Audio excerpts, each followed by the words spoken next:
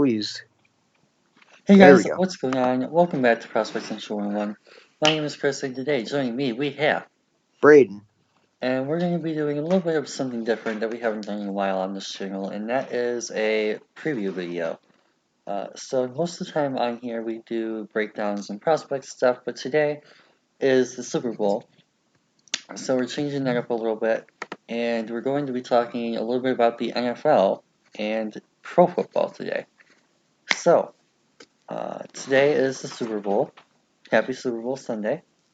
I still got 15 minutes to go, but thank you. Oh, Anyway, well, at the time people are going to be watching this video, I guess. fair enough. I was just um, messing around. so, do you have any opening remarks that you'd like to make before we kind of start the video? I do, but in the interest of hopefully this being monetized in the future, I will, That won't happen. I will, I will keep my short remarks to F in the chat for my Vietnam jokes related to Kansas City. Okay. Yeah, my go-to insult was that they hadn't made the Super Bowl since Vietnam. So that I can't say that no more, and I'm quite devastated about it. Oh, okay. Yeah, because before this, the Chiefs hadn't made it since 1969. Ah. Yeah, so basically, yeah, this is the first time they won the trophy named after their founder. Oh, wow. So yeah, and the Broncos have depending. When was the Lamar Hunt Trophy named? I gotta look this up. So, I'm going to be talking a little bit about the offenses of both teams, the defenses of both teams, and a little bit about Braden's favorite side of the ball, special teams. That's funny. So, uh, If you're old enough to if you're been here long enough, you deserve the veteran discount if you remember the reference to that one. so we're going to be talking about all three sides of the ball today a little bit, and we're going to be starting out with the offense, then going into the defenses, and then the special teams. So, did you figure out the answer to your question before we start? What was the question? My opening remarks. No, when Lamar Hunt named his trophy. It was like, uh, Were you not actually going to look that up? I know I am. It was named after in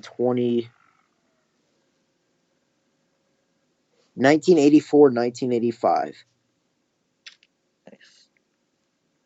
So, did you want to finish your opening remarks, or was that all you had to say? I don't feel like doing math, so I'll pat. We'll come back to that later. Cool. So, uh, do you have any? Moving on into the main portion of the video. Yes. Congrats to both teams and everything like that. Fun season, awesome season. It should be a great Super Bowl. All the cliches, yada yada, blah blah blah. But here we are. First screen that I have pulled up for you guys, and I'll change screens as we go and things like that along the way. But the first thing I wanted to talk to you about is the personnel that both teams use on the offensive side of the ball. So without, well, I mean, I guess obviously it's pulled up so you can use it if you want to, but even just based on what you've seen from both of these teams so far, what would you say about the way that both teams play offense relative to some of the other teams in the league? They're a lot more spread out. Definitely, they're a Both lot. teams? They're more spread out. I mean, 60 Kansas City, the 60% is in 11. Three wide receivers. So that often means and even then that 11 with the one tight end, one tight end both teams is going to be out wide because of the receiving threat they bring. So I feel like you're going to see, if depending on it, you're either going to just see a lot. You're going to see a lot of spread out personnel and formations in this game. Personally, I'm just going back and remembering what we've seen to this season. Interesting. Okay. So I guess kind of going off of that, What's really interesting is you see all these teams. Obviously, Minnesota is the clear outlier, along with Philadelphia, I guess. San Francisco is pretty low there too, honestly. Arizona, but that's because they play a lot of four wide. Yeah. A lot of these teams really utilizing pretty open formations, whereas San Francisco, as you kind of just said, they Yeah. really don't. So how do you think that that will have an impact on the Kansas City offense or in defense, Um. They. especially when you see teams like Denver in their division, when you see a Yeah. team like Oakland, In charge. where are they in their division? Those Yeah. are Yeah. also two of the heavier set teams. I mean, they've seen it before. They know how to deal with it, and also, I mean, and it's just, at the same time they do a lot of bunch. They do definitely do bunch set. San Francisco, the, when I mean spread out, basic. I need to clarify that so I don't look like an idiot. Basically, they do definitely do a lot of in bunch sets, but they always use motion to throw, just whether it's eye candy and just see what most coverage the defense is. So you are going to see San Francisco is going to be bunched up a lot more than Kansas City, but they're still going to be using the motions and the motions pre-snap to help them out and see what trying to have Kansas City reveal their hands. Interesting. So you do get to see a lot of 21 personnel, which is a league high, I believe, right? 21. Yeah, by far. So aside from the 21 from Minnesota, who's again the very extreme outlier, we're going to be throwing them out the window for most of this video. Yeah. We don't really get the chance to see a lot of 21 personnel in the NFL anymore. And with the impact of Kyle Juszczyk, I think that's how you say his name, right? Use check. Close enough, I guess. You kind of really get to see what the 49ers are able to do in the power run game. So, going a little bit more off this number specifically, how do you think that that number, just the 21 personnel, is going to have to impact what San Francisco does? I mean, not San Francisco, what Kansas City does with their defensive front? Because a lot of teams generally on defense, you see a lot more nickel, right? Like nickel and even in some teams' cases dime is becoming more and more the base. So you're going to have to see a lot more heavier sets from. Yeah, you're going to see Kansas more City. heavier sets. You're going to see them load the box. But also at the same time, even in the 21, San Francisco still uses a ton of motion. So that adds to more things that Kansas City had to prepare for is 21 personnel, what they do out of it, and also the motions and what they may mean if, say, Emmanuel Sanders motions from right to left or Kittle from left to just a bit off the line of scrimmage on the right. Like, it's just not only is it you're not used to necessarily playing against it, it's a lot of stuff you have to prepare for during the couple weeks you have to prepare. So you keep bringing up the motion point. How often did Denver use motion last season? A good bit. So it's not really something that's too unfamiliar to, I would hope. Yes, no. I'm not saying the motion's unfamiliar. I'm saying what is unfamiliar is the motions from the 21 personnel. That's what I'm saying right there. It's like they don't face that set a lot anyway, except I guess when you play Denver before Janovich got hurt, but still you don't see a ton of motion out of 21 person. You don't see 21 personnel much anymore, let alone motion out of it. So yeah, I feel that's just a thing that they have to prepare for. Even if they're used to it in general, it's just that they will have to add. It just adds to things that they need to prepare for. So again, kind of going back to the Denver point, is one key weapon for San Francisco That's kind of, I guess, in some ways helped them get to this point. Maybe not as much as other players, but in some ways, is Hmm. Emmanuel Sanders. So what kind of impact do you think he could have on this game? And especially as someone who's been to a Super Bowl, do you think that that could, I believe he was on that team, right? Super Bowl Oh yeah, 50? Yeah. he was Do you also think on that this that team. could have some sort of impact in his experience and things like that? Yeah, absolutely. He also went to this Super Bowl on Pittsburgh the year they lost in Green Bay. He was on that team as well. Oh, okay. But yeah, he's been to the Super Bowl. He knows it, and not only does he, not only does is he played in two Super Bowls. He's playing a team that for the past 4 or 5 years he's played them like 10 times over the past 3 or 4 years because of being in the division. He played Kansas City twice this season. So he's going to be used to playing them. He's going to know what they like to run, and if say if I run this, they're going to count.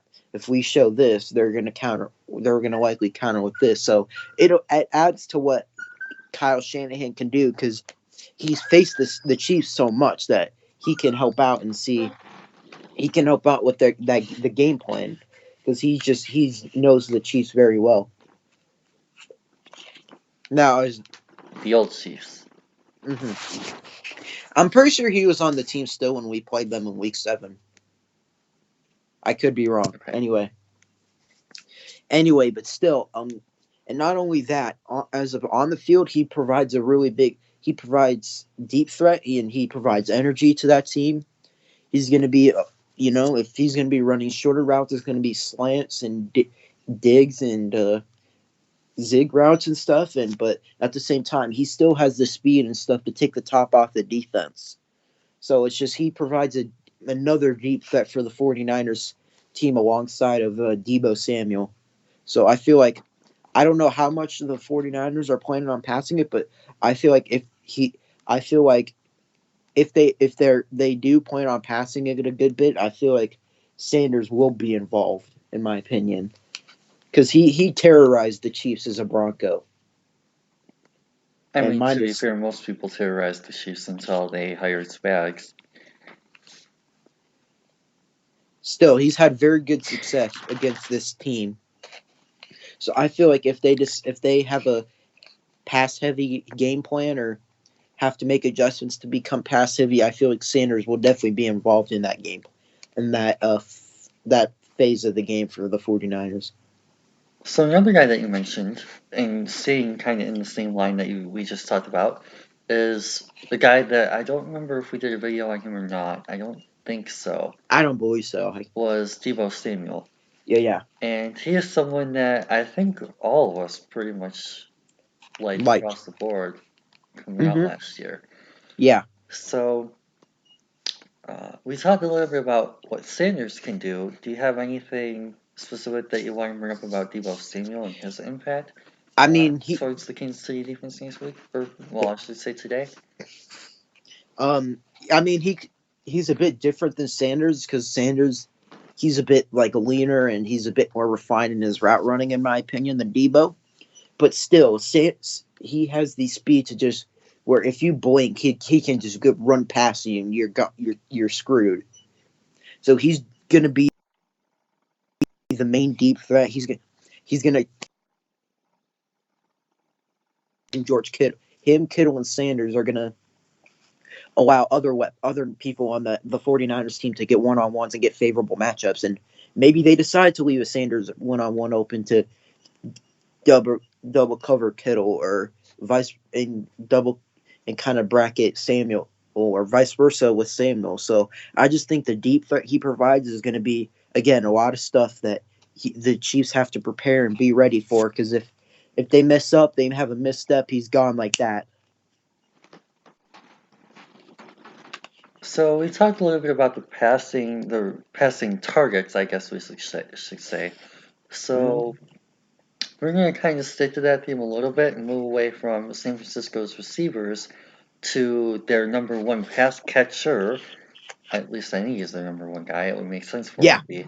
yeah, George And Kittle. George Kittle. Yes. And one thing that a lot of people are very familiar with Kittle already is his blocking ability. and he's a Hmm. very, very solid blocker. He has been since he came out of Iowa. But we don't really talk a whole lot about his ability as a pass catcher, more often than not. So, what do you think that Kansas City is going to have to do from a defensive side to kind of respect George Kittle's pass catching aspect of his game? Honestly, I feel like you got to be physical with them. Does Because at Kansas this, City have the personnel to do that, though? no, that's a fair point. But you gotta. I feel like out of all the guys you have to double cover, it's got to be Kittle because although he doesn't necessarily have the speed like a Kelsey or a no Fant or like just a straight speed, he's very technically sound in his route running. He's a very solid catcher, and he's very he can get physical and he can make those tough contested catches over the middle. So you got to bracket him. You got to be able to take away his space to where he can. You got to take away his space in the middle of the field to where not necessarily we're not. I wouldn't say worried about it, but you're less concerned about his rack ability than other players on that team. But still, you got to be able to respect his ability to run after the catch and stuff. So you gotta find a way to bracket him and limit his space to just get open. What because if he can get open, it's basically it. And you just even get a couple inches of separation, and that'll do it for you with his ability to catch the football. So you got to be able to just play tight coverage on him, and at the same time, you have got to have a great pass rush to get to Garoppolo.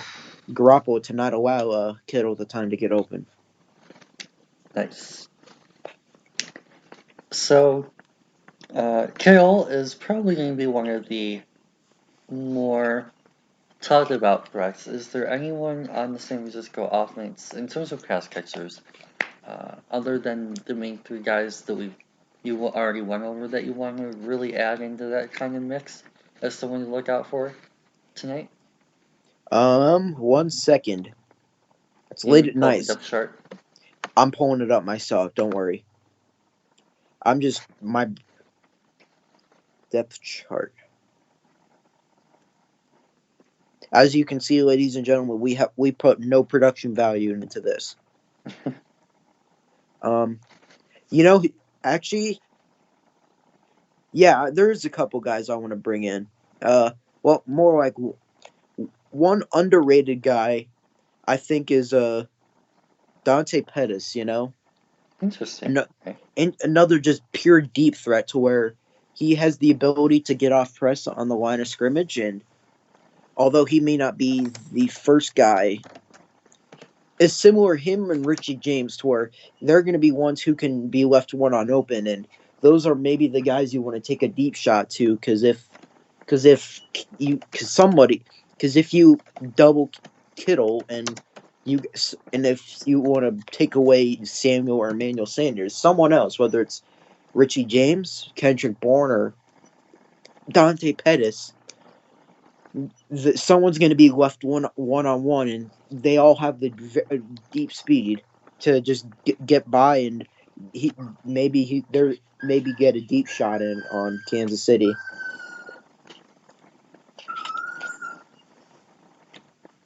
So we'll get more into Pettis in a little while, I think. Yeah. But uh, how often do you really think that third receiver is really gonna impact, or fourth or fifth or whatever number receiver he technically is Um. gonna impact this potential game, knowing San Francisco's tendencies? I mean, I don't think it will affect it a whole lot. Just my main point is that maybe if Shanahan gets a little not necessarily desperate, but gets creative, finds a way to where isolate someone one on one against one of Kansas City's weakest corner, and maybe they just get open one play and Garoppolo takes a shot at him. So I'm just saying, I'm not saying they probably won't have a constant impact, but my point is, I wouldn't be surprised if like one of the receiver three, four, five receivers just has one huge play that turns the tides of the game. Just like one just shot play. That's my thing. Is that their potential as a shot? I feel like their potential is more of a shot guy or just the deep threat to where he just have more one or two plays that impacts that turns the tide of the tank more than constant receptions and stuff like that. If you feel Cool. So, well, I feel like I should. Anyway, so is your wow. dog all right? Anyway, I'm kind of curious to see what Jimmy Garoppolo does in the Super Bowl because the last time that we really saw him in a Super Bowl, I guess, was with the Patriots, and even then he didn't even play in the Super Bowl. I don't think that he. So are If you? he did, he held a kick. So we'll get more into the Mahomes thing a little bit later. But do you think that Garoppolo is a Super Bowl winning caliber quarterback? Depends on your winning a caliber. I don't know if at this point I don't know if he basically if he has to become Mahomes. I don't know if he has that ability, but I feel like he has the ability to. He won't have the nerves, or he won't make early mistakes and get them into a hole. Where I think he just needs to game manage. He can just game manage, just chunk out a few nice plays and maybe hit that one or two deep shots, as I was mentioning earlier. And I feel like that may be enough to rely on Raheem Mostert, Breida, and Coleman to lead them to success, along with that great defense. So, So do you think that Jimmy Garoppolo's experience in New England will help him at yes, all? well, I don't know. I think it'll help him as in he knows what to expect when preparing for it, but I don't feel like he'll ever you never are truly ready for to play in the Super Bowl until you're ready. But that being said, I don't feel like Garoppolo is the guy to have crazy nerves to just do dumb stuff early to get them into a hole where they can't come out of. So I feel like he already knows how to prepare for a Super Bowl, especially prepare like under a Bill Belichick led team. But yeah, I think he'll be ready. I think he'll be all right when it comes to playing this game. One thing that was pretty interesting to me is I was watching a Matt Patricia interview, of course, Hmm. Lions, and he said that one thing that we always do when preparing for an opponent is watching the San Francisco offense because San Francisco does a really good job of putting their players in the best positions to win as not only individuals but as a team. So do you feel like that is something that will carry into the Super Bowl with an extra week of preparation for Andy Reid and Spagnuolo? Or do you think that they're going to be able to kind of recognize their weaknesses and find ways to slow down these weapons on the San Francisco offense?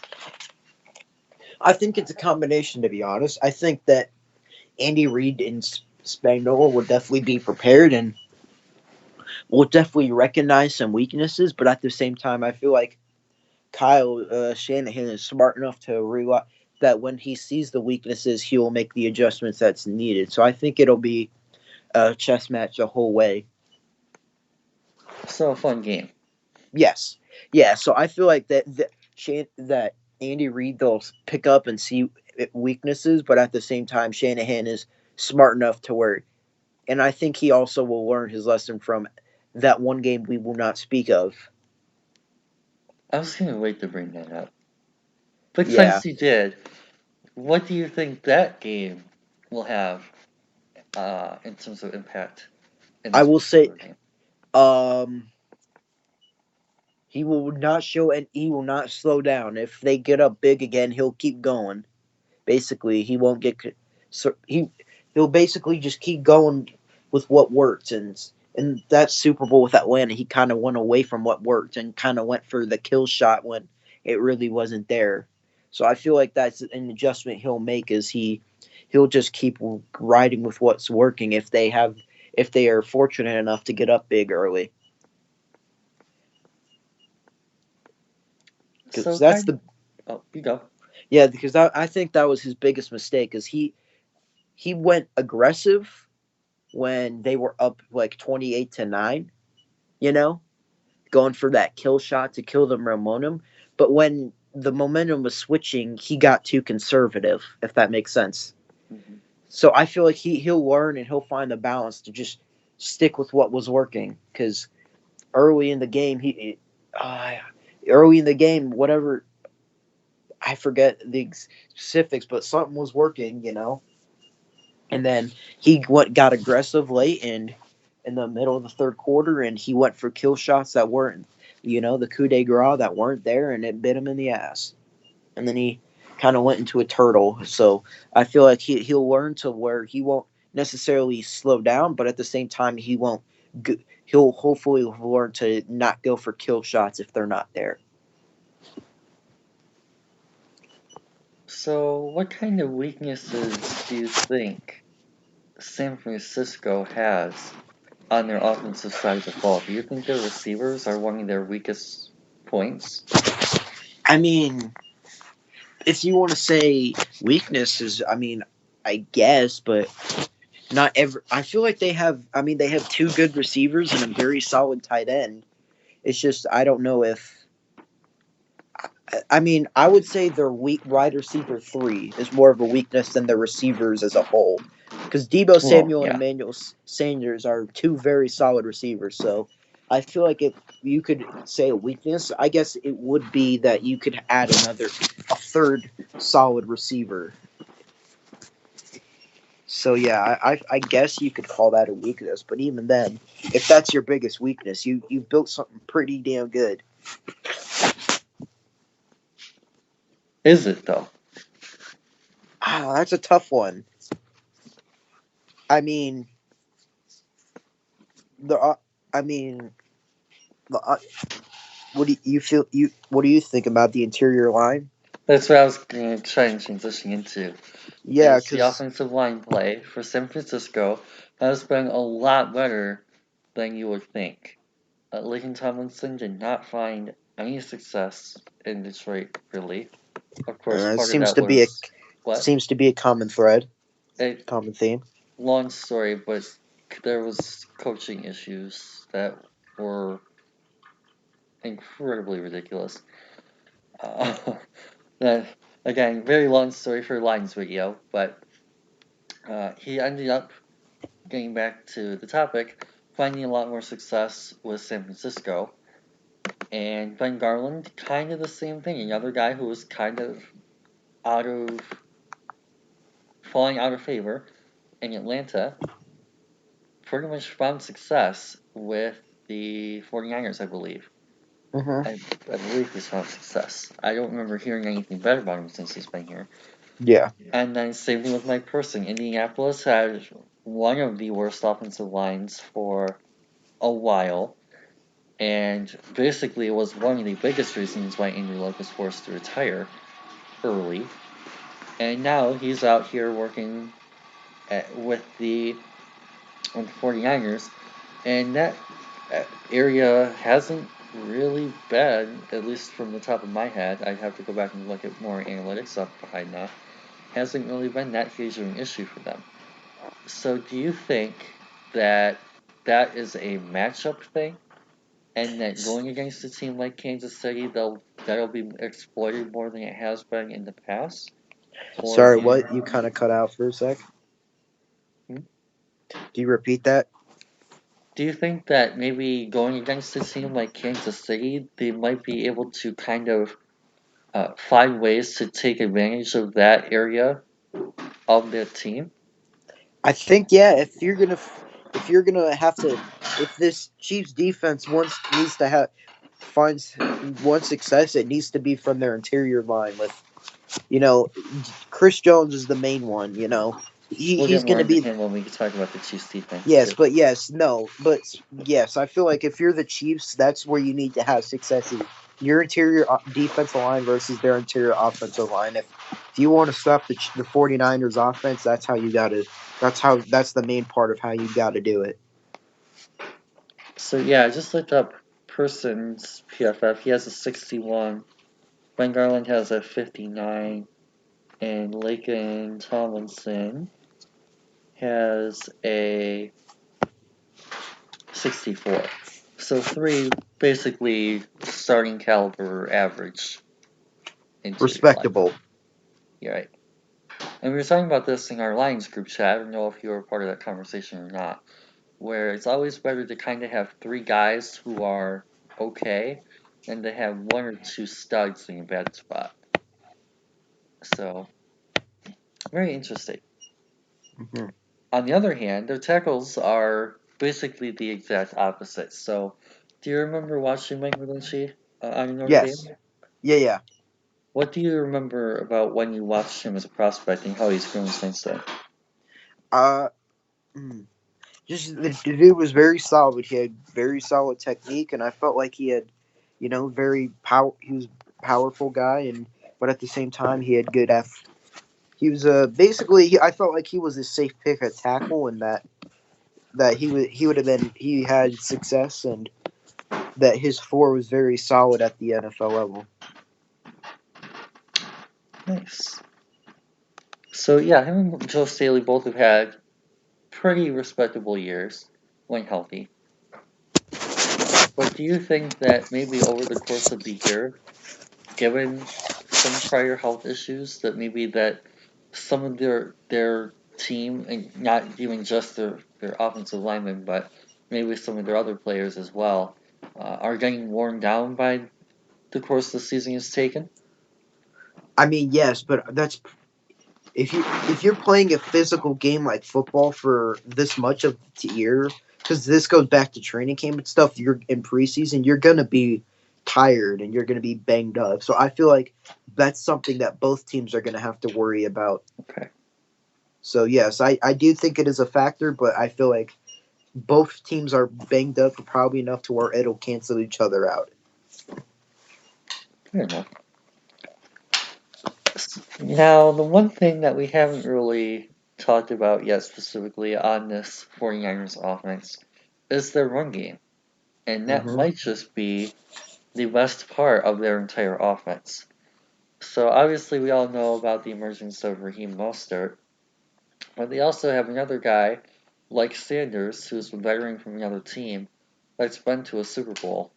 Actually, two of them, in the running back room, in Tevin Coleman and Kyle Juszczyk.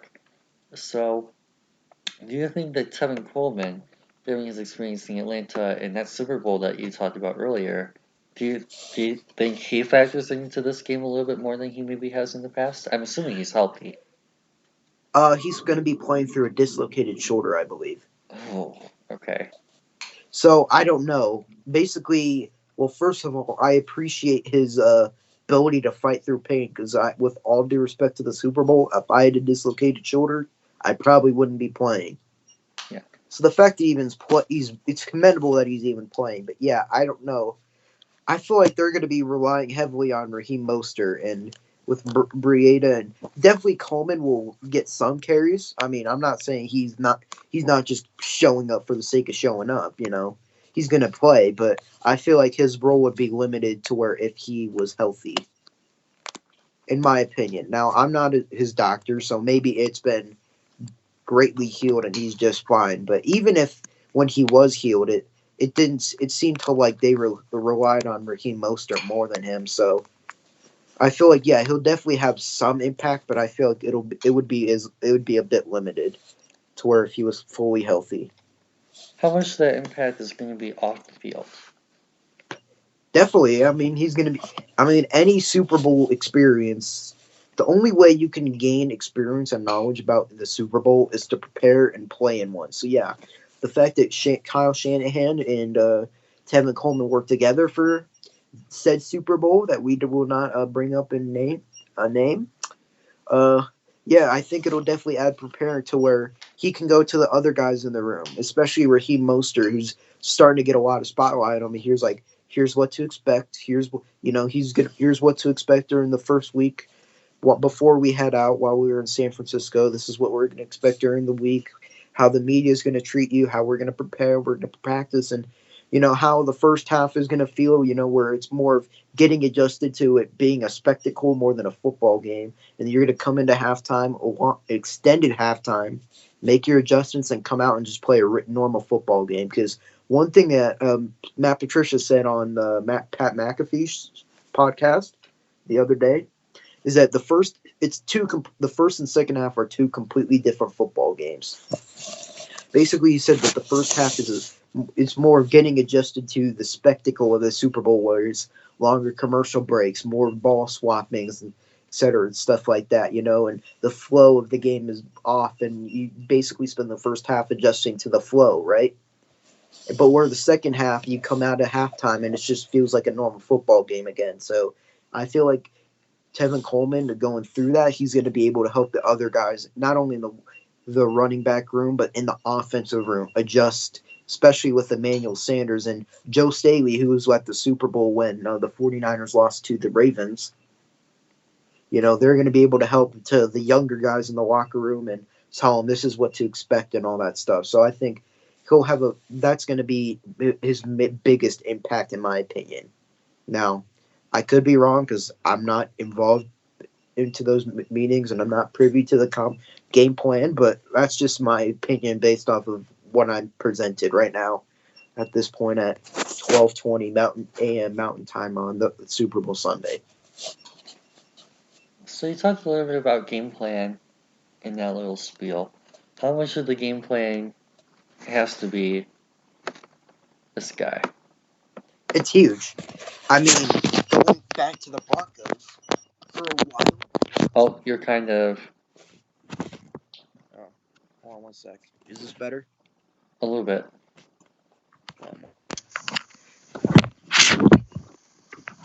Thanks, Skype. There you go. Now you're good. Perfect. Now good again? Yeah. Cool. So, I mean, going back to the Broncos as an example, in the first, for a while, like using the Broncos, Andy Janovich, our fullback, he was vital to our offense, and he helped Brandon Allen during the Browns game in the first half. But the first half of the Vikings game, when we were up 20-0, in that possession, he destroyed his elbow. He dislocated it. He was done for the season, and the offense fell apart.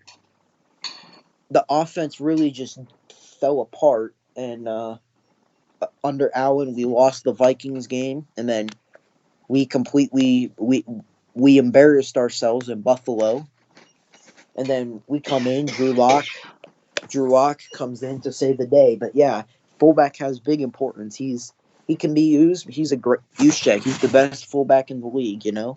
He can block well. He can block. Guys in the interior defensive line. He can be vital against chipping and blocking guys like Frank Clark and stuff. But at the same time, he can be used as a weapon in the pass game. He has the ability to catch the football and have some run after catch ability. So yeah, Juszczyk is going to be a vital part in all phases of their offensive game plan for sure. And do you really think that Kansas City has the ability to match up with that kind of player? I mean, match up with him, it's hard because it's hard to adjust to match up with him.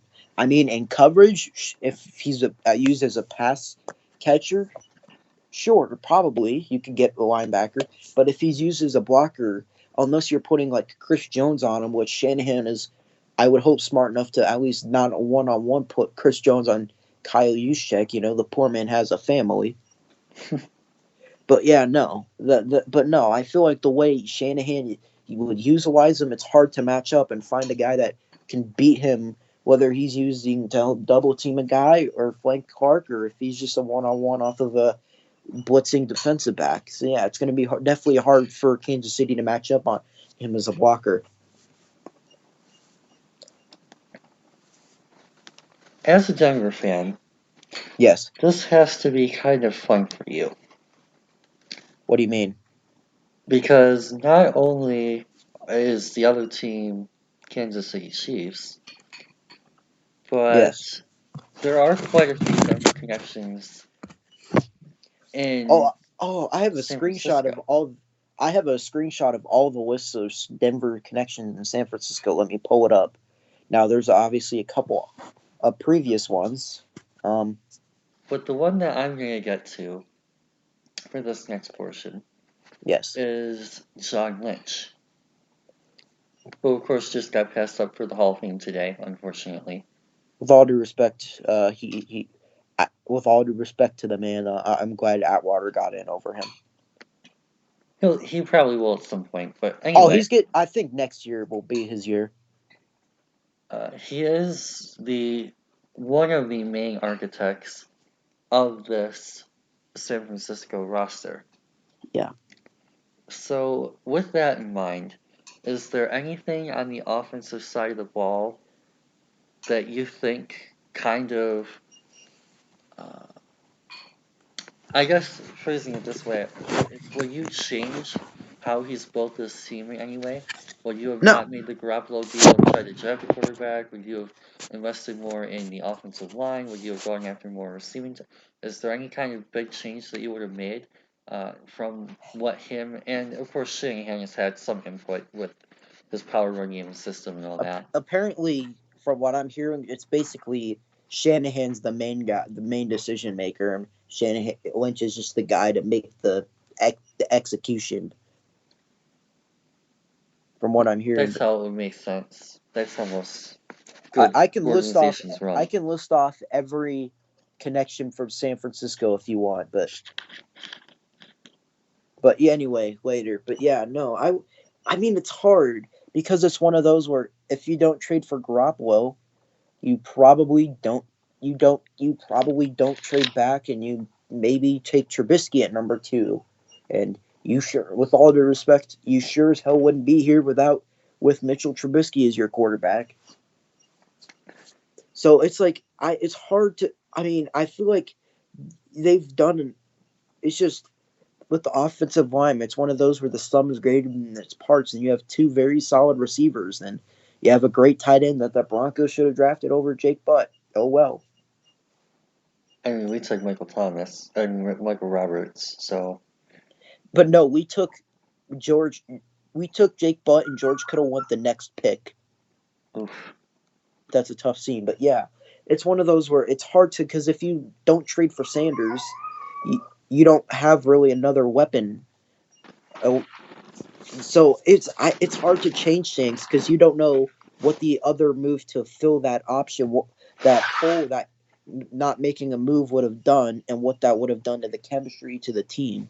So my thing is, if it gets to the Super Bowl, why go back and say I should have done something different? In my opinion. Interesting. So, any other points that you want to bring up? Because I think we've gone over pretty much everyone on the San Francisco offense so far. Are we going to go into coaching later? Coaching is going to be, I guess, kind of part of the special teams Because I want to at talk the end. about Kyle Shanahan specifically. I mean, Because if you want to get into, like offensive scheme and stuff, then yeah. yeah, But yeah, absolutely, it's offensive scheming. Um, basically, if you look at Kyle Shanahan, and yeah, there's a lot more motion than what Mike did, but it's a lot of similar stuff to what Mike Shanahan. Obviously his dad and Broncos hope ring. I could get into that array a different day, but yeah, basically what happened was, and Kyle, his play calling and his general philosophy and scheme is very similar to what Mike Shanahan did. So I don't know if he did, but I wouldn't have been surprised if it comes out later that the Chiefs went back and watched some old Broncos or tape under Mike Shanahan to see maybe what would do, because the Broncos in our glory days, we ran the ball a lot, and we used, and I don't mean to speak ill will of God himself, John Elway, but game manager as a quarterback when we won the two Super Bowls with Mike Shanahan. So it's just I think there's just a lot of very similarities to how Kyle runs his scheme and how he play calls, and to what Mike does. So yeah. So I think I wouldn't be surprised if it came out, like as I said earlier, if it came out that the Chiefs ended up watching some old Broncos tape.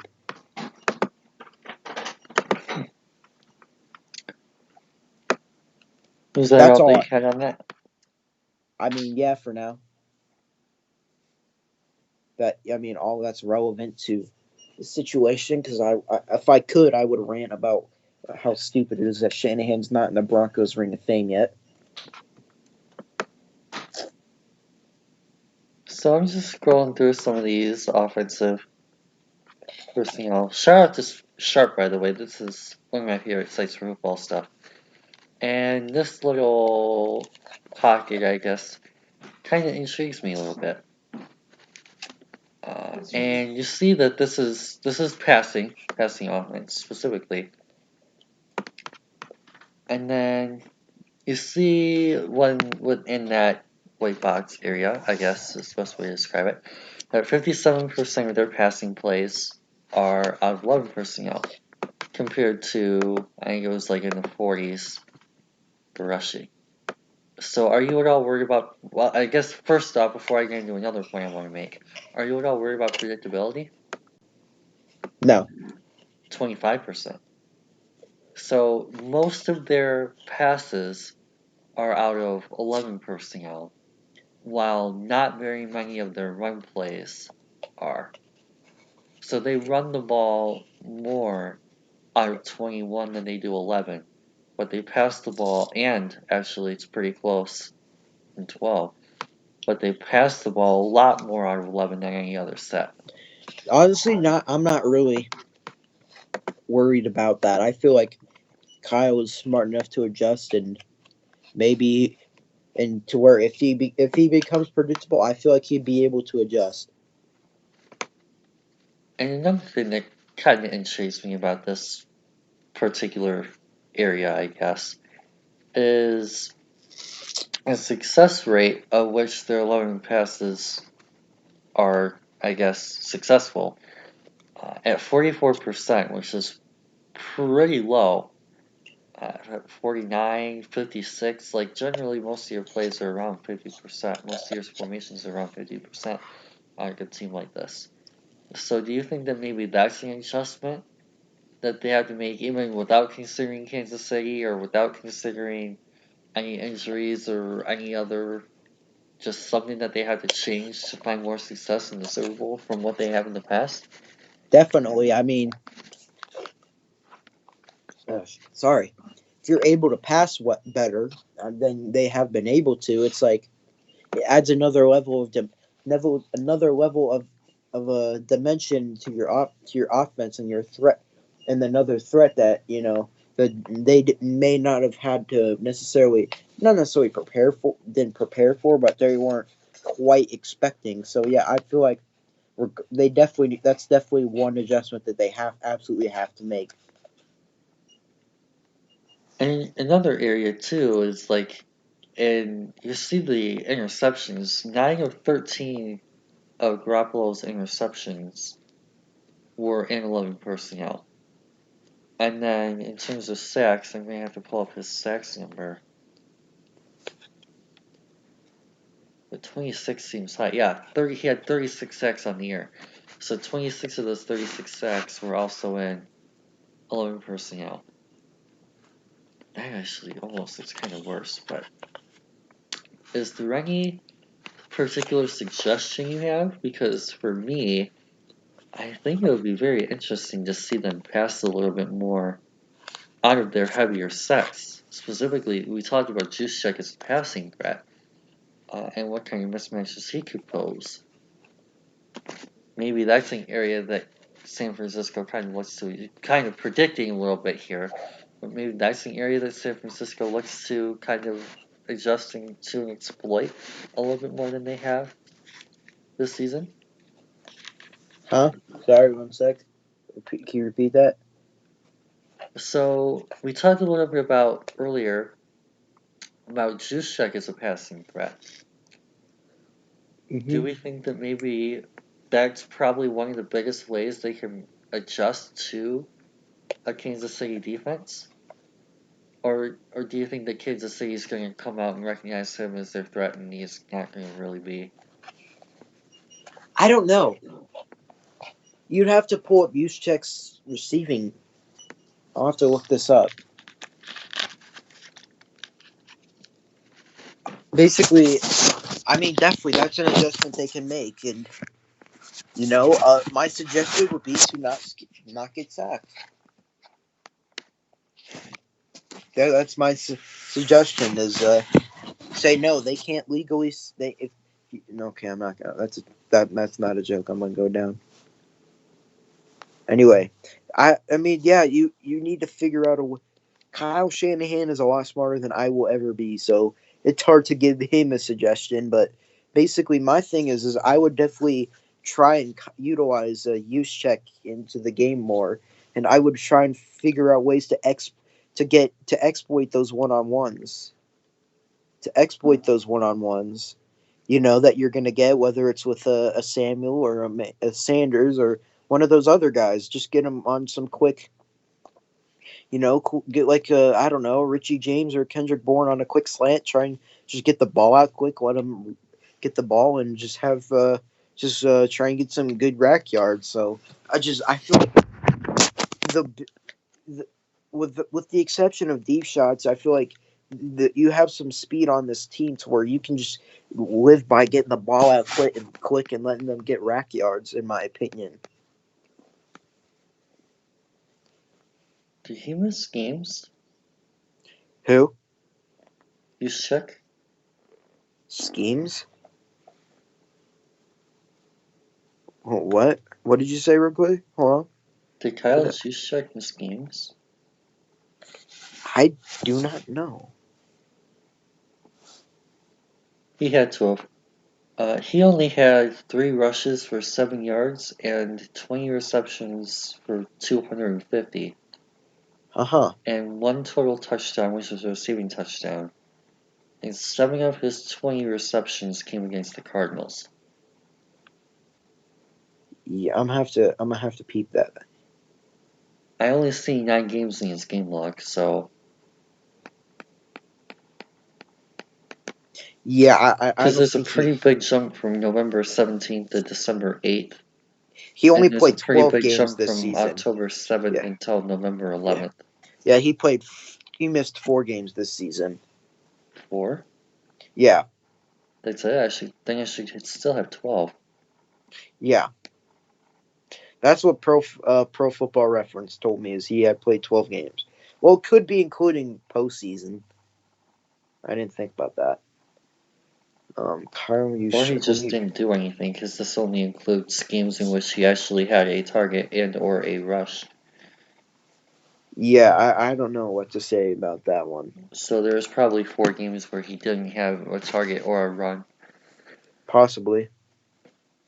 So that could be a very interesting potential impact point. Any other thoughts on the 49ers offense? No, I'm good to go. I'm ready to move on. Cool. So, we've gotten a chance to take a look at the San Francisco 49ers offense. Now, one thing I will do is I'm going to pull up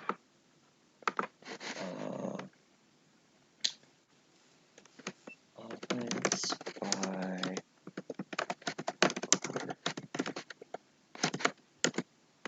I want to see how they play in the fourth quarter this year. Not first quarter. Well, first quarter I guess too, but oh, look at that, number 3 in the first quarter. Fun.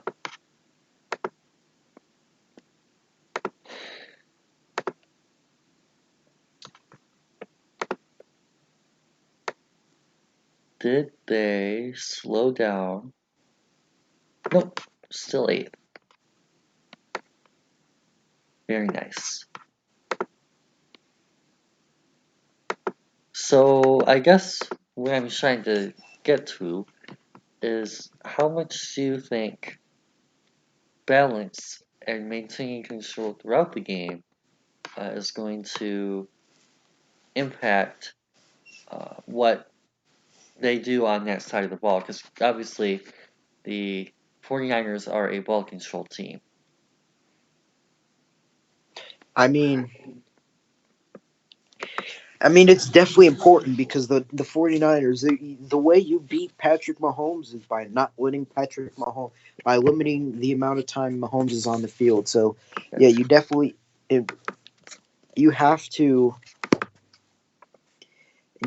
basically just, if you're the Chiefs, you have to basically score on every possession you're going to get because the 49ers, I don't feel like they're going to be so gun ho to just start just getting into a gun show. They're going to want to just go out and grind it out the football and limit the amount of possessions Mahomes can get. So if you're the Chiefs, scoring on pretty much every possession you get is incredibly vital, especially in the second half. If you get 4 possessions in the second half, 4 or 5, you got to get points on all 4 or 5.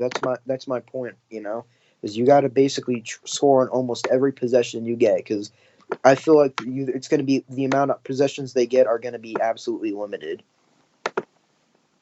Yep. And I was going through, while you were talking, you probably saw it. I was going through the quarter time possession share, and the second quarter, San Francisco was like bottom 10 in possession time. But we see in the third quarter, they were number 3, and the fourth quarter, they're number 2.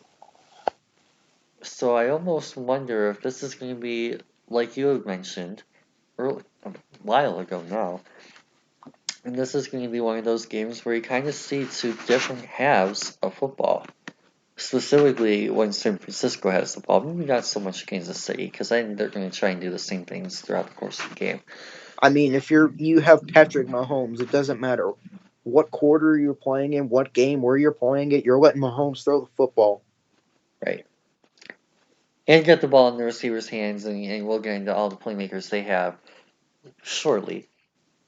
But it's really interesting to see kind of San Francisco's change throughout the course of the game and how when they get those leads, they kind of just slow down a little bit in terms of not necessarily points or output, but in terms of defensive possessions. So very curious to see how that translates into the Super Bowl and how that'll translate into stopping or limiting what Patrick Mahomes does, not only in terms of game impact, but also statistically. It'll be very interesting to see if Mahomes has 250 passing yards instead of 350 passing yards. So, any other things that you want me to pull up here for San Francisco passing offense, rushing offense, total? I want to see. Is it by? Do you have stuff by quarter? Yes. Can you go rushing your offense by quarter for San Francisco? Just out of curiosity.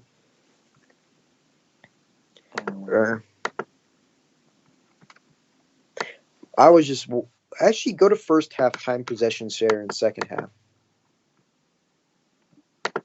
Oh yeah, that's kind of what I was getting at with my point. I was just one by quarter instead of by half. But yeah, the first half they're not really all that high. 20th, and that's kind of made lower by the second quarter, because the first quarter they were like 13th, and then the second quarter they were like 27th.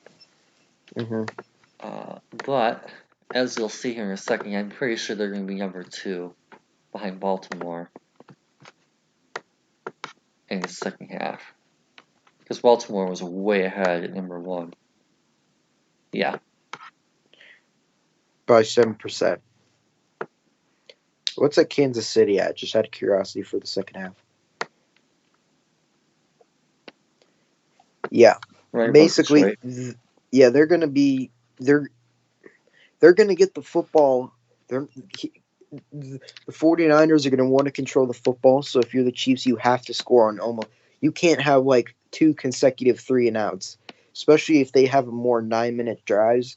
and stuff, that'll kill you. One thing I do think, and again, we'll talk about this a little bit more when we get to the Kansas City offense. One thing I think kind of skews that stat away for Kansas City is their explosiveness. True. Because if you're scoring every 3 plays, it kind of doesn't matter how long you hold the football. Yeah. Like, in all Anyways, honesty. yeah, fair enough. But this video's getting long enough. We should probably move on. Fair enough. So there is the Kansas City offense. Now, I mean, not Kansas City. There's the San Francisco offense. Would you like to move to Kansas City offense or San Francisco defense? Let's just go defense. Let's just go through each team. So San Francisco So defense. San Francisco defense, yeah. Okay. So here is the San Francisco defensive depth chart. For those of you guys who aren't familiar with any of their players, is there any particular player or position unit that you want to start out with? Let's just do the defensive line because it's insane. The defensive line they have is absolutely insane. They have depth all over. They have the Nick Bosa, Eric Armstead, who can play both in the inside defensive tackle. You have D Ford, who can come off the edge. Hell, you have Solomon Thomas off the bench. So it's just they have the depth and talent they have on the defensive line is unreal. Yep. Newly, freshly minted, as of today, defensive rookie of the year, Nick Bosa, who went number 2 overall from Ohio State as an edge rusher. Makes sense. Wink, wink. Yes. So definitely a big talent presence there. But one guy that you didn't really kind of get to that I actually think might be their best defensive lineman is DeForest Buckner. He's been really impressive in his growth from where he was at Oregon, and is definitely someone who is a significant difference maker. And we'll talk a little bit. Excuse me. Bless you. Thank We'll you. talk a little bit more about the Kansas City offensive line when we get to the Kansas City offense. But he is going to have to be someone who gets interior pressure on Patrick Mahomes. And one thing that I'm familiar with from my experience watching a ton of Kansas City tape with you earlier in the year when we went on our Lions binge Yeah. was Mahomes' struggles versus interior pass rush. And you get a little bit of that with Armstead, but Armstead is kind of more of like your 3 to 5. I wonder if Yeah. DeForest Buckner is going to kind of be that guy that we almost saw Fletcher Cox turn into when they played the Patriots. And Yeah. be that kind of difference maker. Whereas, yeah, you need your edge rushers, and Brandon Graham made the play at the end of the game and everything else. But it's really going to be who can get there and make the most consistent impact. And I think that DeForest Buckner is going to be that player. So, sleeper pick for defensive player of the game. Obviously, if someone gets the interception or 5 or 10 or whatever, it'll be a corner. But I think that he has probably one of my favorites to win defensive player of the Super Bowl. Your thoughts on that? I mean, yeah, I don't disagree. I mean, he's definitely been. I mean, he's a phenomenal player. He's going to be very critical. You got to get the interior pass rush, and you got to. He's going to be the main guy to provide that interior pass rush, along a little bit with Eric Armstead. But yeah, mostly Buckner. He's going to have a huge role in the game plan for San Francisco and that defense. Another guy who should have a pretty interesting role in usage in this game is a former player for the opposing team in D D Ford. Ford. Now, we talked a Hopefully he little bit. doesn't line off. Hopefully he doesn't line up offsides. We talked a little bit earlier about the scheme change, but do you really think that D Ford is going to, I guess, not bring something Oh from no, what he brought from Kansas City? Because I mean, there are some players like we saw it with Trey Flowers, of course. He played under Patricia, so not exactly the same. But we do see some players bring a lot of their similar skill sets, and in some cases, similar usage from their previous teams.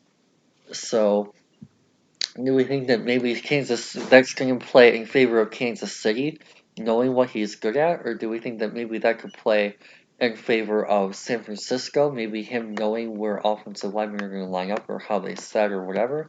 Is there any possible advantage to that? Maybe not in terms of defense to defense, but maybe in terms of Dee Ford to Kansas City's offense. When it comes to on the field, I think it's a bit even because both players have lined up against each other for a while, right? So at this point, what they're going to do. But at this point, although it's actually no, not really, but what D Ford can provide is he can provide a lot of help of, again, game planning for the defense of okay, this is how the offensive line likes to line up. If this player is motioning to here, this is likely what they want. This is what they like to do. He's going to be able to help and kind of expose some secrets on Kansas City for San Francisco in that defense. So to answer your question, I think it's a bigger, may not necessarily be on the field, but it's a bigger advantage for Dee Ford than the Chiefs. Interesting. So another guy that I'm kind of interested in hearing what you think about is Anthony Zettel, because I kind of liked him a little bit when he was here in Detroit, and I haven't really heard that much about him and what he's done since he left, other than Cleveland. So what have you heard about him over the last couple days, weeks, months, in his particular fit with San Francisco? I mean, no disrespect, I haven't heard a damn thing.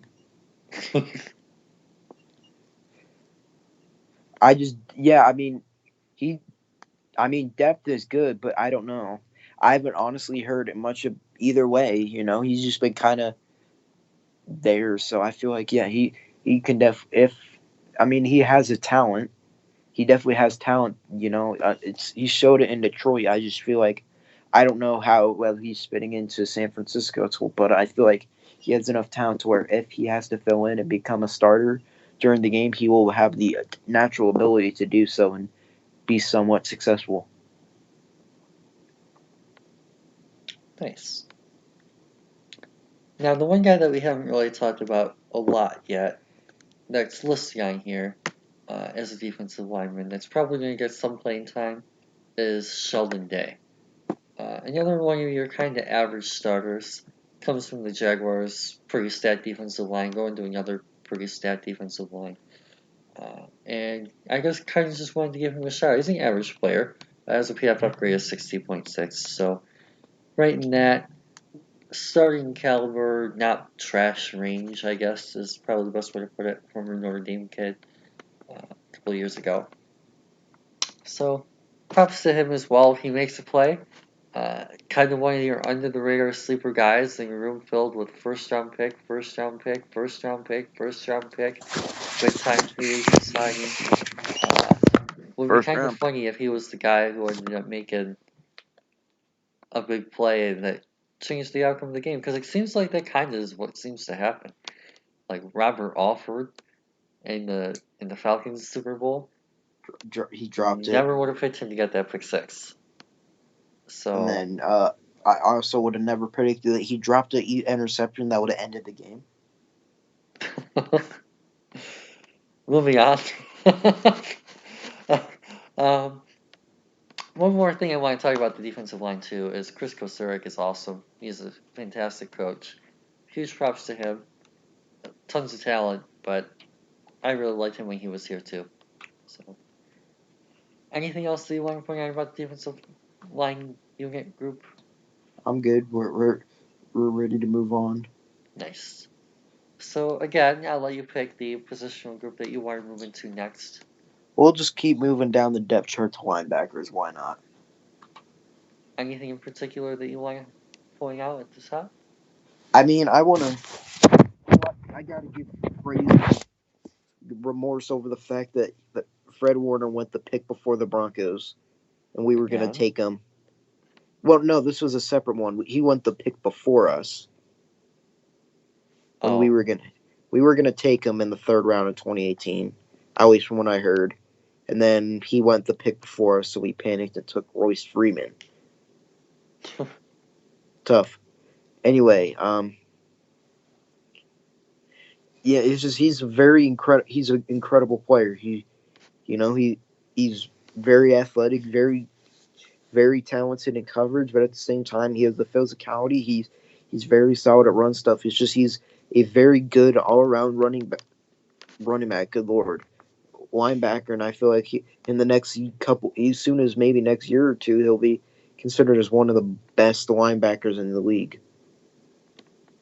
Do you think he could be there now? Yeah, I think I would make that argument, but yeah, but against most, he's not well known against for most, I would say, casual NFL fans, if that makes sense. True. And So I think that my point is he will be more well known within the next year or two. and I think that Greenlaw could also be in that discussion. And as a fan of the Senior Bowl, he was very fun to watch in that game. Obviously, the 49ers saw something they liked in him, and it's easy to see why now that he's playing for him. Definitely been another one of your key impact players for them this year. And honestly, even though he only has like 70 tackles, interception, and sack, might not be making the kind of stat sheet impact that Mike or specifically Flying Alexander loads up on tackles. He is someone who is another guy who could go out there and make a play on Sunday, today. I'm going to keep saying Sunday, but when I say Sunday, I mean today. Or this week also. But, Or whenever this person is watching this video. well, I'm talking about what I say. I might say, like, make a play this week, or make a play on Sunday, or make a Yeah, play, yeah, yeah. whatever. But I always mean today, Super Bowl. So, yeah, definitely someone who I'm going to be watching to see how he does and what kind of impact he makes in that game against Kansas City. So, it'll be interesting to see how he does, who matches up with Travis Kelce, too. And do you think it could I'm be put Kwon I'm putting Alexander, or Warner do you on think him. it'll be one of these two guys? I think honestly, I'm putting Warner on him. I feel like he's their best natural cover corner. Him or Greenlaw. I feel like Quan is that more Cover. runners. Quan, I feel like, is a more run stuff guy, in my opinion. Not necessarily Interesting. run. You just kind of threw me off there for a minute because you said cover corner. I'm like, okay. Sorry, it's late as hell. Yeah, it's like 3 o'clock here. Yeah, my brain is kind of fried, so my apologies. He's their best cover linebacker, True. and I feel like Quan is more. I feel like Fred Warner will be more suited to take on Kelsey than Quan Alexander. Not saying that he can't do it. I just feel like Warner would be the better option, in my opinion. True. So, any other points that you want to mention about the linebacker unit? Not as many guys as the defensive line, so don't really I need to mean, spend as much time there. Your depth guys probably aren't really going to be playing unless there's an injury. Quan Alexander, he's been solid in his return from an injury. He came off IR against the Vikings or Packers. I believe it was the Vikings. And he's been very sound and solid in his couple games. So I think another couple weeks to be back to full health. I feel like he will definitely have an impact. And like all three of them, I feel all three linebackers are gonna be on him. Are gonna have be on their game and have an impact on the game today or whenever. Yeah, today. Yeah, we'll So, work with it. moving on to the secondary, which might be the most interesting unit of the San Francisco defense in terms of publicity, I guess, because everyone loves talking about first round draft picks, first round pick, first round pick, first round pick, first round pick, 4 first round picks in 5 years. But in all actuality, coverage is typically higher valued analytically in the modern game, at least in terms of like wins added and all that kind of fancy schmancy stat stuff. So, how much of an impact do you think Richard Sherman could have in this particular game? I mean, it's interesting because you don't want him going against. It's interesting to see if you're Sherman. If I'm the defense, I'm putting. This is hard because it depends on what the coverage. If they want to run zone, sure they can line up against Tyreek Hill or something.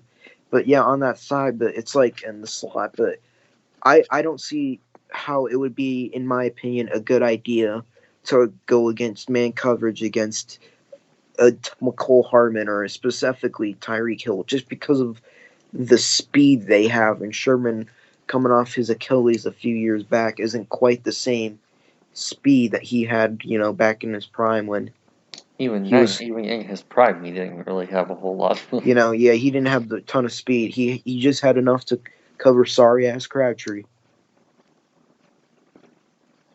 Is Okay. Crabtree really that bad? I was making a joke to, that interview after the NFC Championship that he had that one year. Yeah. I was making a joke about that. Oh. Sorry. Sorry, Mr. Crabtree. So, yeah. Well, obviously, big talker, big media guy, and all that kind of thing. A lot of headlines coming out of his Super Bowl press conference. And it will be interesting to see how they utilize Sherman, because a lot of what you're going to see from Kansas City is probably going to be utilizing their athletic ability. And we'll again get into that when we get into Kansas City's offense. But how much of that is going to go through Sherman? Because he's a guy that's an easy target for more athletic pass catchers. So, should be very interesting to see what he is forced into doing based on adjustments, based on scheme, and how Kansas City exploits him going forward. And opposite him, on the other hand, you have Ahkello Witherspoon, who I'm sure you're very familiar with. He's been benched because he sucks. Oh, really? Who's their Yeah, starter now? Manuel Mosley. Oh, okay. Yeah, I love Witherspoon. He was good as a buff, but in the NFL, he is an it chief. But no, Mosley, he's a good young corner. He has the athleticism and he has some speed, but at the same time, I feel like it'll be a tough. It's a tough matchup for anybody in the NFL when you're facing a guy like Tyreek Hill. It's just the speed he has and the natural ability and route. It's just a receiver, you haven't seen a position like that, a player like that, just in a while. So I feel like it'd be a tough matchup, but I feel like he would have a better chance, just pure if you're talking about pure athleticism, than Sherman to at least hold his own against Tyreek Hill. Now, is it a good idea? I mean, but it's not the greatest option to put on Tyreek Hill, but at the same time, there's never really a good option to put on Tyreek Hill. True. You're in a 4-4. Mosley or Tyreek Yeah, Hill? Mosley. Yeah, I don't think Tyreek Hill was invited to the combine. no, he wasn't, because I'll keep my thoughts on that situation to myself. Good idea. Yeah, 4-4-40, basically 38-inch vertical. I'm rounding. 38-inch vertical, 10-foot 5-ish broad jump.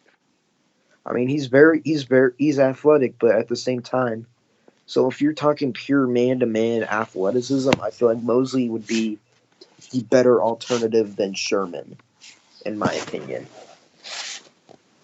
Right. 5'11", 185. Nice. However, Yeah. one thing that you have to keep in mind with the Kansas City offense is they don't have just two receivers. No. It won't just be Tyreek Hill and whoever you want to consider their number two is, because they have more than two wide receivers. So they're going to have a third corner on the field probably most of, if not all of the time. So what kind of impact do you see Kawhi Williams having in this game against the offense that has so many diverse weapons that they I can mean, get on the it's field at all once? your corners. It's going to be a difficult challenge for everybody. They all are. I mean, the Chiefs receiving room could basically probably be an Olympic med, whatever the word is. Basically, they could be an Olympic track team with how fast they are in that room. It's just insane. So, he's going to have a big part in stopping that attack, because you not only do you have Tyreek Hill, you have Sammy Watkins, you have McCole Hardman, you have Demarcus Robinson. So you have four very solid receivers to worry about. So it's going to be an interesting battle to see who goes on who and how the 49ers want to play that game. And what's funny about all this is that the one thing that Kansas City seems to really understand more than a lot of other teams, San Francisco's good at this too, but one thing that Kansas City has done extremely well, by the way, Kawhi Williams has almost an 80 PFF grade. That's really, really good. Damn. 2-6, 2 sacks, 5 forced fumbles. Goodness. Anyway, one thing that Kansas City does really, really well, and we saw this firsthand at Ford Field, is get their secondary weapons involved. And one guy that was particularly active in our game, the Lions game, was Dion Yelder.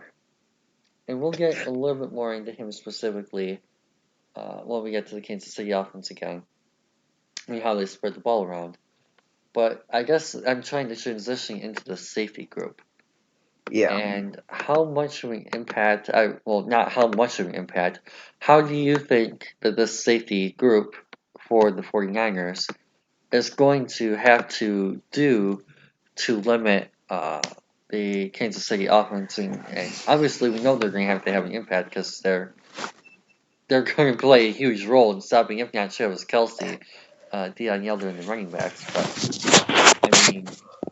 I mean, they're gonna have big roles. I mean, you got to mix them up. You got to be able to play them back in deep coverage. You got to be able to play zone coverage near in the middle of the field, but at the same time, you got to be able to have man coverage. So I feel like if you got to mix up the looks, and you got to try your best to confuse Mahomes with what you want to do with your secondary. So I feel like you got to just you got to change up the looks you're giving them. That's how you're gonna at least have you're going to try and have success. And the key word there is try.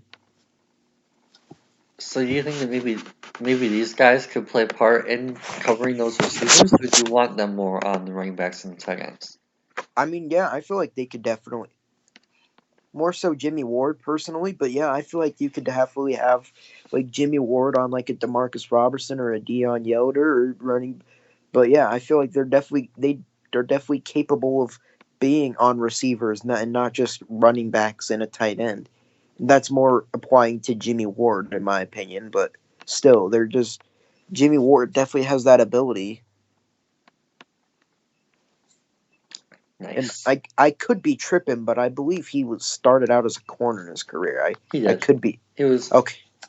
he was not really all that Ideal, hot because he's like what 5'10", 5'9". yeah, yeah. But as a corner, filling in on against the Demarcus Robinson, Dion Yoder, I feel like he could have some success there. What is he? He is 5. Oh, he's 5'11". I did not realize he was that tall. Anyways, off topic. I'm feeling like this. We may have to separate this into two separate videos. Oh, okay. And that's what we'll do. We'll do a 49ers video, and then we'll do a Chiefs video. Yeah, because with all due respect, I personally wouldn't want to watch a 4-hour video. Because that's what this is probably going to end up being. So if you're a fan of one team, you can just watch your own team's preview, or if you're curious about the opponent, you can just watch that because I don't. If I'm a YouTube viewer, I wouldn't want to watch 4 hours of. I wouldn't want to hear my ass speak for 4 hours either. Fair enough. Yeah, I'll just have to title it that way. Oh well, the intro's gonna be messed up, but hey, whatever. We're for the consumers. So, anything else you want to talk about on the San Francisco defense? I mean, there's not a whole lot more to be said, man. They're very good defense, but they going up against Mahomes and that what I feel like their defensive line is going to have a good amount of success against the Chiefs, and their linebackers can definitely have some success. But I'm really the main intrigue I have on this defense is how Robert Saleh and Kyle Shanahan they implement how they utilize their secondary. Uh, that's going to be real fun for me to see. We talked about this a little bit before we started recording, but do you really think that Mahomes has a chance to hit the 300 passing yard mark again? Most definitely, yes. I think he has the chance. Do you think he will? If you're betting on it?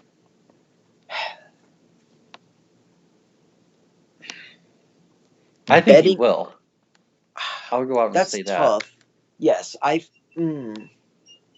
that is hard. It depends on how the game is going. Because if it's a close one, it depends. Because if they get up early, they're going to run the ball more. But if I was a betting man and say it's a close game to the finish, I feel like it would be. If I had to bet, I would say it is more likely than not he will get to 300. And you could still beat Mahomes passing for 300 yards when he passes for 300 yards. It's been done before. So I feel like What do you do against us? very well. It was quite a bit of yardage. A lot of it came on the one play. Yeah, he went for 315. Yeah. Okay. So yeah, without the stupid dumbass play, it would have been a lot less. Anyway. I mean, look at the Colts. The Colts early in the season, Mahomes threw for 321 and a touchdown, but they still only scored 14 points. 13 points against the Colts when they were, the next best thing. But yeah, so I think it's possible to where Mahomes can throw for 300, yet you can still definitely beat him like that if he throws for 300. So if I was a betting man, I'd lean towards saying, yeah, he gets to 300, but that doesn't necessarily say that the Chiefs will win, guaranteed to win if Mahomes hits 300. Right.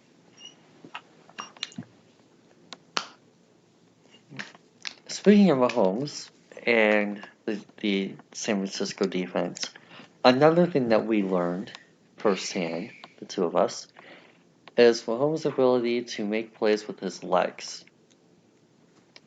And we haven't really talked a lot about that in this breakdown yet. So I'm curious what your thoughts are, based on the personnel that we've already gone over, and what we know about their entire defense.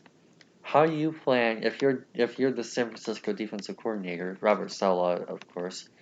How are you planning on accounting for Mahomes' ability to run the football? I mean, it's difficult. I don't feel like it's like you don't know. I don't know if just direct spying him is the move, like you would against Lamar. But you got to just tell your guy. You got to. Won't work against Lamar either, but That's besides you know what I'm saying, right? To where I don't know if just putting a direct spy on him and taking a guy out of coverage is the move. You just got to have your guys on the D line just be ready for him to go. And if you do go to spy, don't go to the flat for no damn reason. At Christian Jones. Is that really a spy call? It looked like it on that play. I thought Okay. it looked like a spy. And he just went to the flat for no reason when it was already covered and allowed Mahomes to get 20 easy yards, which would have, and if you get that pretty much ends the game. And I feel like that would have the Hawaiian season is completely different if they win that game. I don't know about the season because you still have the Stafford injury and all that but is afterwards. Anyway, line stuff is a different conversation. I was just mainly going off of the experience personal and what we experience. see. Yeah. So it'll be very interesting to see how they deal with that. Now, one thing that I think is going to be fascinating about this from a scheme perspective is San Francisco is a very zone-heavy team traditionally. They come from that Seattle. style of play, yes, and Kansas City naturally struggles more against man historically. So I'm very curious, and of course, with man coverage, you can also run some cover one. So I'm very curious what you think about the best type of cover one to play against Mahomes would be with this particular team. It's hard because I don't know if necessarily San Francisco has all the athletes to go against cover, just roll cover one man. But if you're doing, I would be running cover. I'd be going just one robber or one hold. Basically, you want someone in the middle of the field to take away those short and intermediate routes, and hope that your deep safety and your corners are good enough to basically limit what the deeper routes are able to take care of, or their damage. Because I'm wondering, we talked a little bit about how Kawhi is more your run stuffer and how maybe Fred Warner would work against Kelsey. But I'm curious what would happen if you put Greenlaw and Tart on a Kelsey and then utilized Warner in your cover one thief look. Yeah. Uh-huh. Is that something that you think could work? And obviously, by extension, maybe he could play your spy role as well. I think he had the athleticism to be able to keep up with Mahomes. Yeah. I mean, it definitely would work because if you run cover one, I don't know.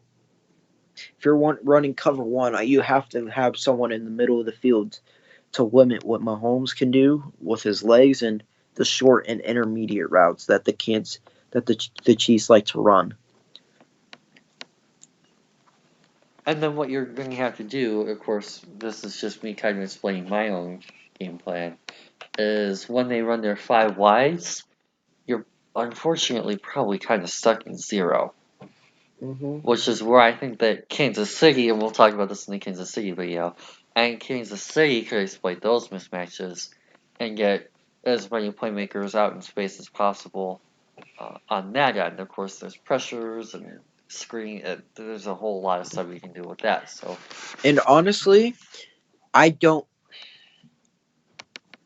Just being dead honest, I don't know if going to just transitioning to man would work really well because not only are you going away from what worked for you and what your team is used to. I don't know if they necessarily have the athletes to match up with them on man to man. Personally, so what would your suggestion be? Cover three, yeah, cover and, three. and hoping Mahomes doesn't destroy it. Yeah, basically just cover three, hope, and just basically take away the deep shots and pray for the best. Okay, interesting. Because yeah, that would obviously get your defenders deep. Now, I would assume you're going to run with your Sky. Yeah, absolutely. Yeah, you do Sky. That would be the ideal one. But So yeah, that I way you would. can get your corners back. Yeah, I would just go cover three Sky. Let the just corners get deep and stuff, and see if you can, and then hopefully just rally underneath, and maybe you can definitely be creative with your zone coverages and hope maybe you confuse Mahomes into a mistake. Now I don't know how likely it is. I'm just saying everyone's human. It can happen. Yeah. So I feel like cover three and especially cover three Sky is the way to go personally because for a team like San Francisco. Now, if yeah, for with the weapons and corners that the 49ers have at their disposal, I feel like cover three is their best route in my opinion. Although take that with a grain of salt. And I think part of it too depends on what ends up going on over the course of the game. And does Mahomes struggle early? Does Mahomes blaze early? Is he a guy who throws for 2 touchdowns his first 2 drives? Or does he throw pick 6 on the first play of the game? I think That'd that be there's, hilarious. I don't know about hilarious, but I'd enjoy it for that moment. maybe you, but I mean, anyway, Sorry. kind of trying to stay a little bit neutral because I really don't have too much of a personal favorite myself. I actually both teams have grown on me this year more so than they have in the past. But very interesting to kind of see how things develop and the adjustments. We talked a lot about the adjustments that these teams are going to have to make because Mahomes will tear apart zone when he sees repeated zone. That's kind of just the way it is. He's a generational player at the quarterback position. He knows how to read defense. So it's going to rely a lot on disguise looks. It's going to rely a lot. Your ideal game plan is going to rely a lot on disguise looks. It's going to rely a lot on mixing up coverages. It's going to rely a lot on combo coverages too, I think, which is going to be even more interesting to pay attention to. So it'll be interesting. And of course, you have your blitz plays and packages like that. So I have a feeling that this Super Bowl defensive tape and what Salah does is going to be very fun to watch because he's probably going to take some bits of what Matt Patricia did. He's probably going to take some bits and pieces of what Bill Belichick did last year. He's probably going to take some bits and pieces about what Matt Eberflus did. He's probably going to take some bits and pieces of what Matt Vrabel did. And find and see some things that worked and some things that didn't. And hopefully, in his position, find a way to adjust some things for his team that might work that haven't in the past, and vice versa. So learn from the things that other teams have done that haven't worked. All right. Anything else you'd like to add on the defensive side of the ball? No, I'm good to go. Fabulous. So now, time for your favorite unit of all time in the game of football. Oh my god. Special teams. Now we have a rookie punter. Yes. So, do you remember watching tape on said rookie punter? No. I watched him live because I see Pac-12 games often because I live on the West Coast. Do you remember So anything? the dude has a cannon. Great. Moving on to Robbie Gould, a guy that I actually am very familiar with because he played for the Chicago Bears. And he is actually pretty fun to watch. There was like 1 or 2 years, I think it was, a long time ago now, where he ended up kind of falling off a cliff a little bit. And he's found a little bit of a resurgence this year, which has been really, really nice. I'm happy for him. He's seems to be vitalizing his career, I guess is the right way to put it. Sir, I'm pretty sure he's missed the most field goals in the NFL. But like, how bad can you really be on a Super Bowl team as a kicker? Fair enough. I'll shut up. So like, I mean, he may have missed a ton of field goals, but he also seems to have found himself in a position now where he has found more success than he did in Chicago, I guess is the best way to put it. Yeah. So, all right, I'll get down with that. because, yeah, obviously we all know how Chicago did when he was there. But yeah, it'll be very interesting to see someone with that kind of experience and that kind of. I think he played in the Super Bowl with Rex Grossman. Was he around at that time? I have no idea. I'll have to look real quick. You keep talking. One sec. He signed with the Bears in 2005. What year was the year they played the Colts in the Super Bowl? 06. So yeah, he was on that team. So yeah, he has a little bit of Super Bowl experience as well. Also played for the Ravens and the Patriots. Interesting, I did not remember that. So yeah, definitely someone who has some experience playing in bigger moments. Yes, he And was on that team. what? He was on the Super Bowl team. Cool. So yeah, uh, only 13 this year, which is not his best year, like you were saying. Oh, that's 13 games played. He's 23 of 31, which is Yeah. about on par with his career. Lowest field goal percentage. 2 blocks though too, which doesn't help. Long 47 this year. Only missed 1 extra point, which is really nice. So he's making those extra points, which is good. And someone who has the range, I guess, still, that could play a factor late in the game in a clutch moment. And he just signed an extension last year. Nice. And still has the potential to, I guess, kind of be a game changer on special teams. So, your thoughts on the Kansas City special team, or not Kansas City, on the San Francisco special teams unit? I mean, I don't remember. I mean, I didn't watch a ton of San Francisco games up until the prime time, but I don't remember necessarily any big goofs that they've had or mess ups. So I feel like from what I've seen, they've been very solid on coverage and return on punt and kick coverages, especially. But I feel like they definitely have some.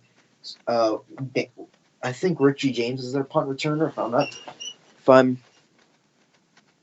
Yeah, Richie James. He definitely has the speed and he definitely has the ability to just take one back all the way. So I feel like they could definitely make some do some damage in the Super Bowl. Dante Pettis intrigues me too. Yeah, that was not an ideal pick in the second round. I like him as a return man. He Yes, was a really, really good returner at Washington. that's a different discussion for a different day, anyways.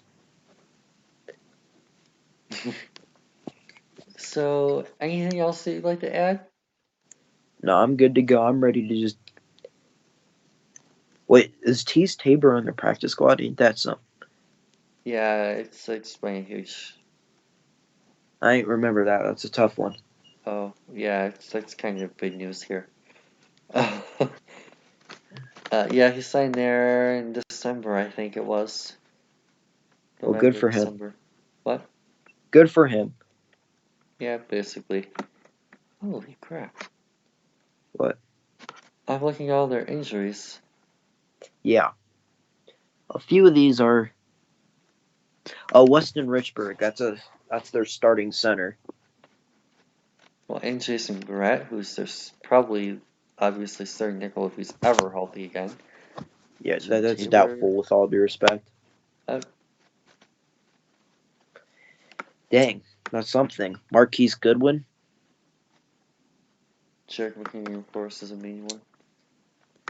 Yeah, He that's was really good interesting. last year, too. McKinnon. Mm-hmm. I don't. Okay. I don't remember if it was last year or the year before. It was the 2017, 2018, I guess. 2017, 2018. Gotcha. Yeah, I remember there was one year. It was like really, really good. That was 2017, 2018 with the Gotcha. Vikings. That was 2 years ago then. Yeah. So, any other things that we didn't discuss that you kind of want to go over? Any stats? Because I have the team rankings page pulled up. Um, I can't Anything, think of anything. anything personnel wise you want to go over? I don't know if they have defensive personnel. No, I'm ready to just get out of here.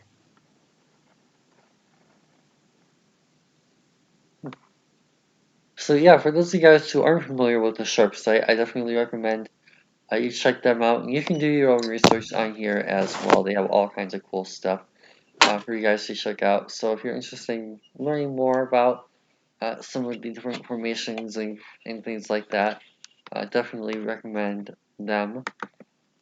And then if you guys are looking for any statistical stuff, this is one of my favorite sites for that kind of thing. All kinds of fun data points and different options for you to sort through. There's tons of like play-by-play things here. There's analytical type team data. There's traditional team data, like everything from points per game to points per play to yards per point. There are all kinds of fun stuff that you can search through on here.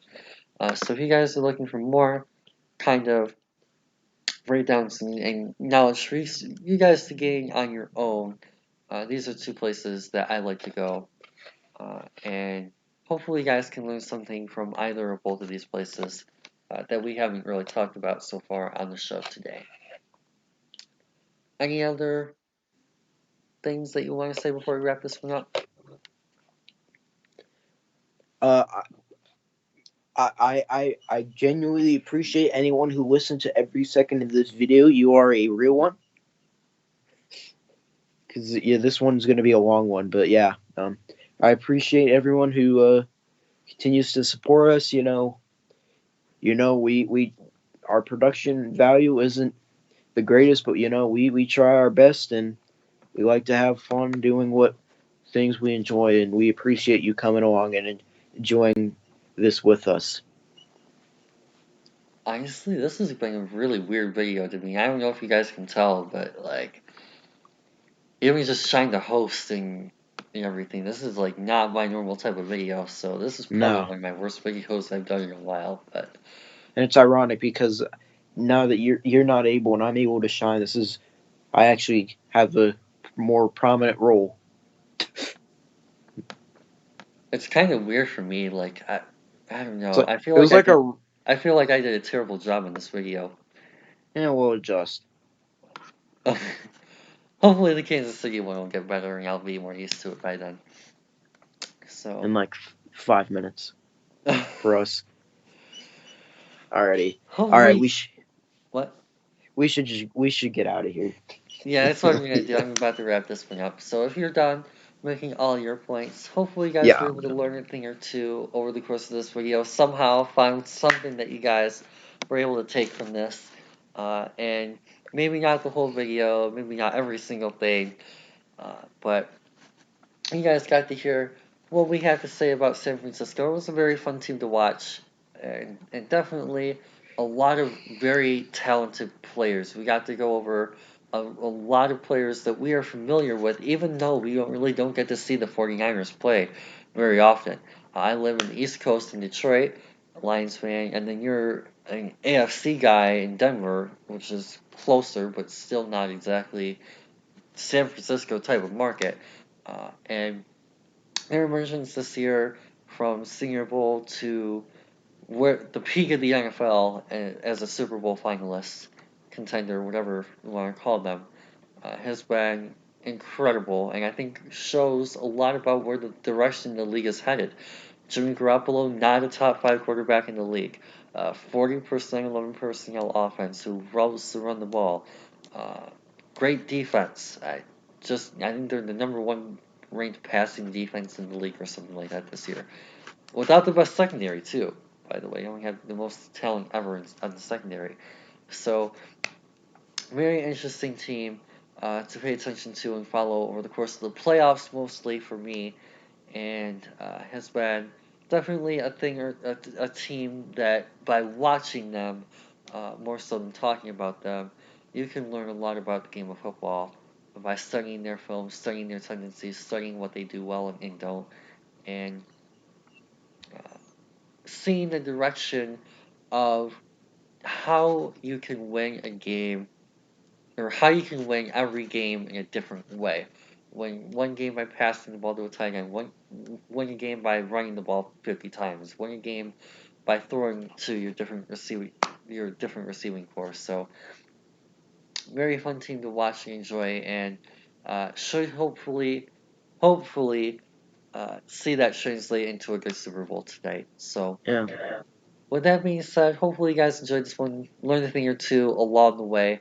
But for now, have a fantastic rest of your day. Good luck to your favorite team if you're a 49ers fan. For all you guys, go 49ers. I'll say go Chiefs, and they go Chiefs 1-2. I will not be saying go Chiefs. For now, though, peace out.